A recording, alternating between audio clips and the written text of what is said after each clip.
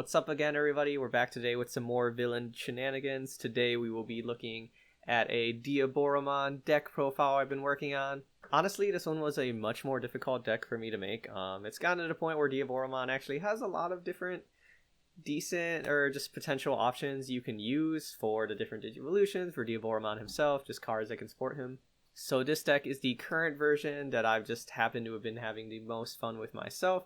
This one's a little bit of a security focused Diaboromon deck that's going to mainly focus on the new version that came out in the Classic Collection, which is pretty interesting. So his security effect was at the end of battle, you can play a Diaboromon token without paying its memory cost, which is very nice. If you know Diaboromon at all, pretty much the whole mechanic of the deck usually focuses on getting tokens out and kind of just spamming the board with them for various uses. And then during your opponent's turn, all of your Diaboromon also gain blocker, which is a pretty cool effect, meaning just each token you bring out, even though they're weak at only 3000 DP, it's just kind of an obnoxious little blocker to slow down your opponent.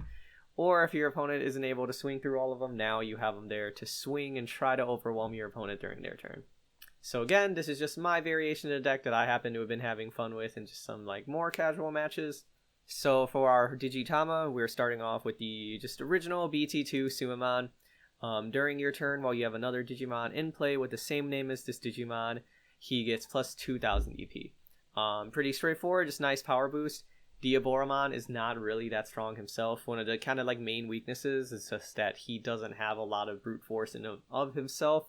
So this just helps make sure he has a little bit of a higher chance of swinging over any potentially annoying Digimon our opponent has, and a slightly higher chance of surviving in security. And then for our fifth one, we're running the new BT5 Tsumemon.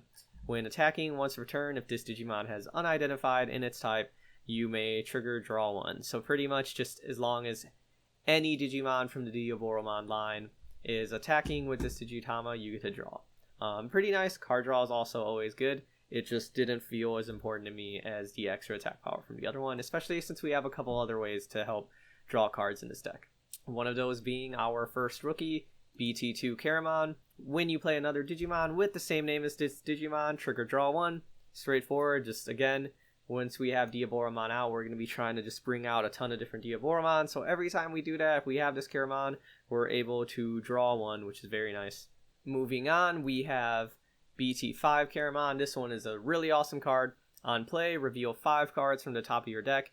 Add 1 Digimon card with unidentified in its type, and 1 Arata Sanada card from among them to your hand, and place the remaining at the bottom of your deck. Super nice, just lets us grab any pieces of our Diaboromon line that we're looking for, and it lets us grab Arata, who, if you don't know, is just the Diaboromon tamer.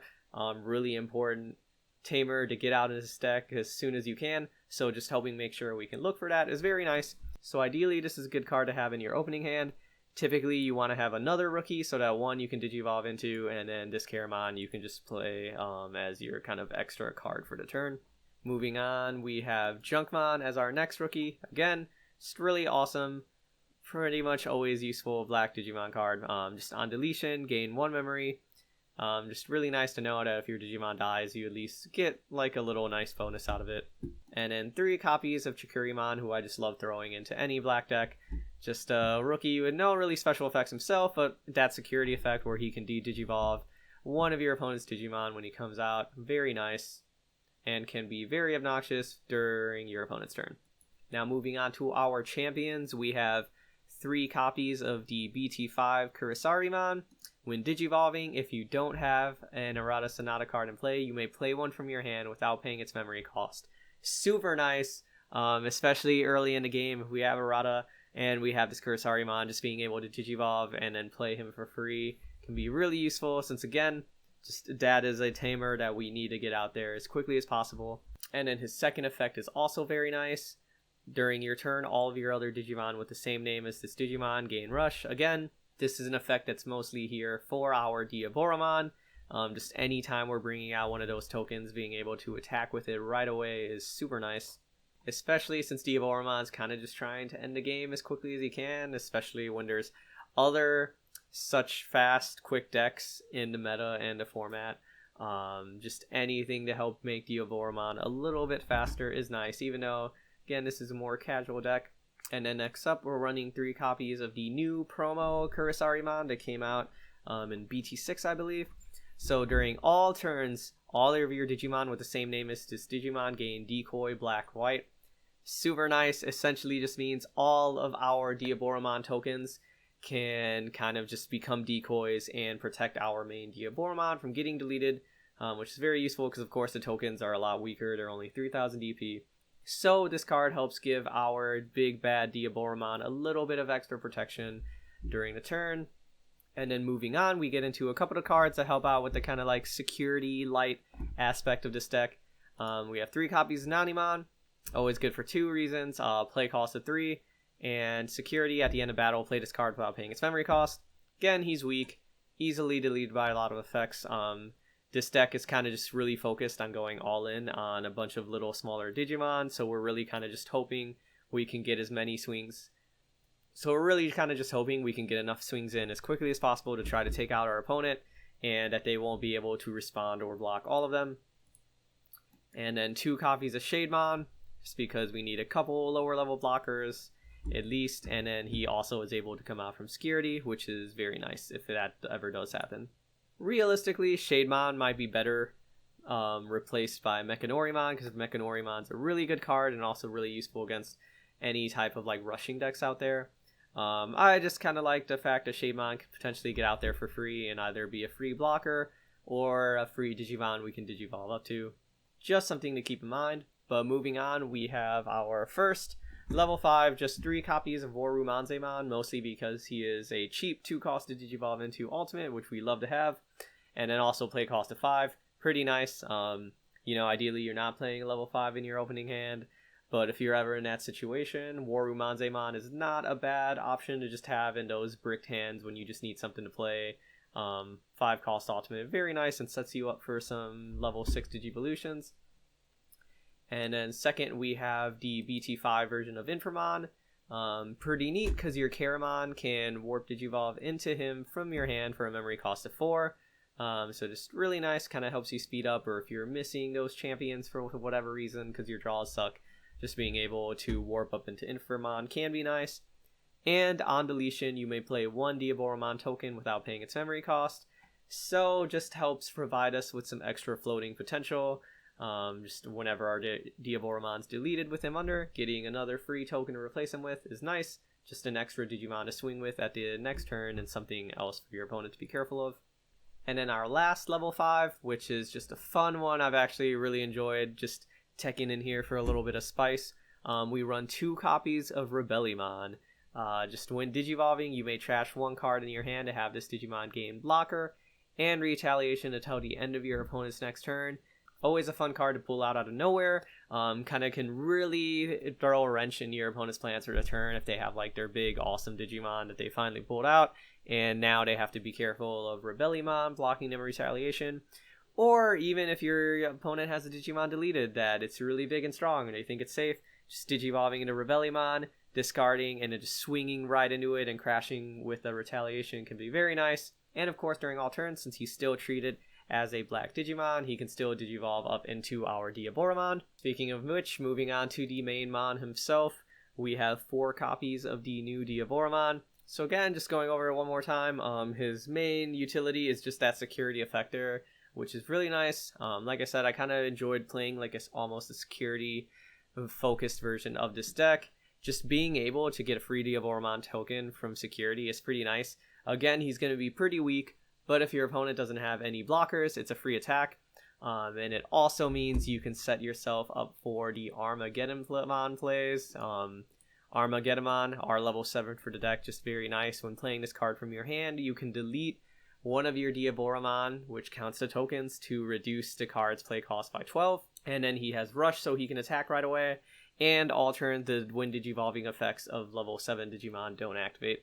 So the potential is there that during your opponent's turn, they're swinging at you, checking your security. If your Diaboromon is the first or second card, it can be super awesome to just bring out a Diaboromon token. Then your turn, you have Armageddemon in your hand. Just throw him down there with Rush, destroy the token, and now you have a level 7 Armageddemon on board, which can be really cool. Obviously not going to happen all the time, but just being able to get an extra token for free that you're not expecting sometimes can be pretty nice.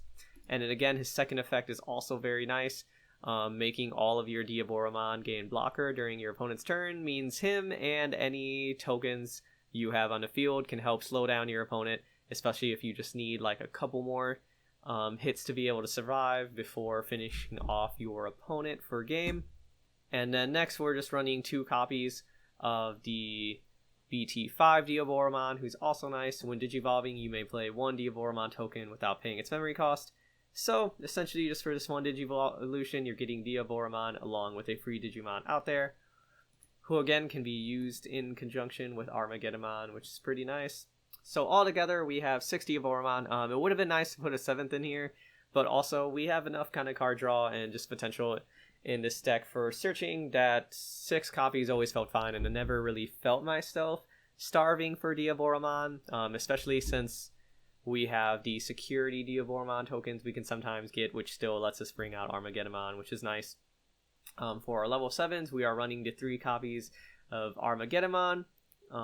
Very nice, strong, already explained his effects. And then plus that kind of just protection from any level 7s our opponent might be using is always nice and very obnoxious on their part. And then we are also running 1 copy of Zwart Defeat, just because it's nice for those chances he comes out there. And being able to delete one of your opponent's Digimon when he is destroyed. Just very fun, versatile Digimon, so I liked having 1 copy of him in there. For our options, we have 1 Ultimate Flare. Digivolve one of your opponent's Digimon, and then delete all of your opponent's Digimon and play with pay cost of 3 or less. Just again, just our kind of like anti-rookie rush, or even not even just rookies at this point. There's also a lot of 3-cost champions out there. So just having 1 kind of smaller mass removal option is nice. As well as Iron Fisted Onslaught, delete all of your opponent's Digimon with the highest play cost.